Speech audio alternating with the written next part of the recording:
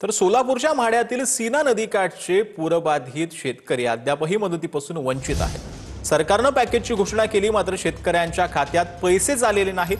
TV 9च्या reality चेकमधून हे वास्तव आता समोर आलं।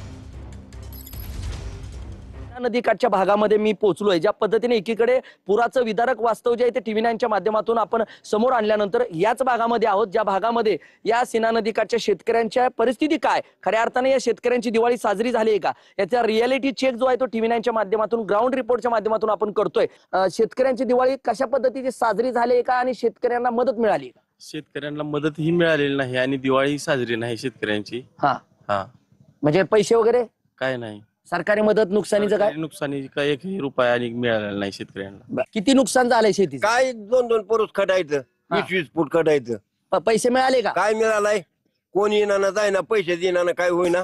बर, अंगात कापड नाही आमच्या, लेकर बाळा तशी जायती। दिवाळी कुठे आहे दिवाळी? चला बजावतो तुम्हाला आमच्या घरी, दीपावली नाही, फिपावली नाही, काय नाही। हे जे शेतीचं किती नुकसान झालंय? शेताची मत झाली नुकसाने, पैसे मिळाले का? नाही ते शेताचे पैसे मिळाले। माझा सहकारी कॅमेरा पर्सन बाळकृष्ण गायकवाड, मी संदीप शिंदे, टीव्ही 9 मराठी, माढा, सोलापूर।